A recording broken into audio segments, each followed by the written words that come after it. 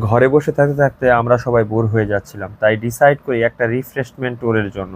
তাই সবাই মিলে ডিসাইড করি আমরা শ্রীমঙ্গল যাব। শ্রীমঙ্গল যাওয়ার উদ্দেশ্যে আমরা সবাই রওনা হই, কারণ এই সময় শ্রীমঙ্গলের রাস্তাঘাট খুবই সুন্দর ছিল। আর শ্রীমঙ্গলের রাস্তার দুই পাশে কৃষ্ণচূড়া এত সুন্দরভাবে ফুটেছিল এই সময়, যেন আমাদেরকে স্বাগতম জানানোর জন্য তারা দাঁড়িয়ে আছে। আর শ্রীমঙ্গলের রাস্তায় বাইক চালানোর এক্সপেরিয়েন্স অন্যরকম।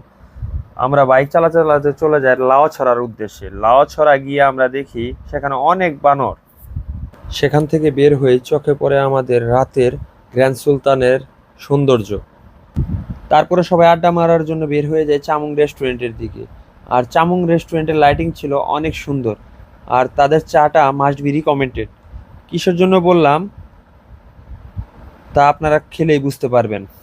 পরের দিন আমরা সবাই মিলে বারেকে টিলার উদ্দেশ্যে রওনা দিই। আর বারেকে টিলার উপর থেকে চা বাগানগুলো এত সুন্দর দেখা যাচ্ছিল, যা ভাষায় প্রকাশ করা যাচ্ছিল না।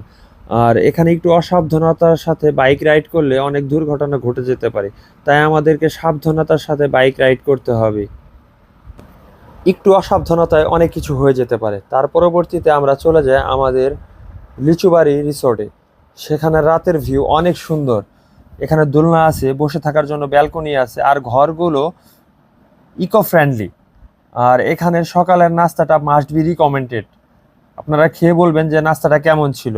আর পরবর্তী দিনে আমরা বেরিয়ে পড়ি জামালপুরের উদ্দেশ্যে। কি যেন এক অদৃশ্য শক্তি আমাদেরকে টেনে ধরছে শ্রীমঙ্গলের দিকে। শ্রীমঙ্গল থেকে আসতে মন চাচ্ছিল না, তাও কর্মব্যস্ততার তাগিদে আমাদের ফিরে আসতে হয়।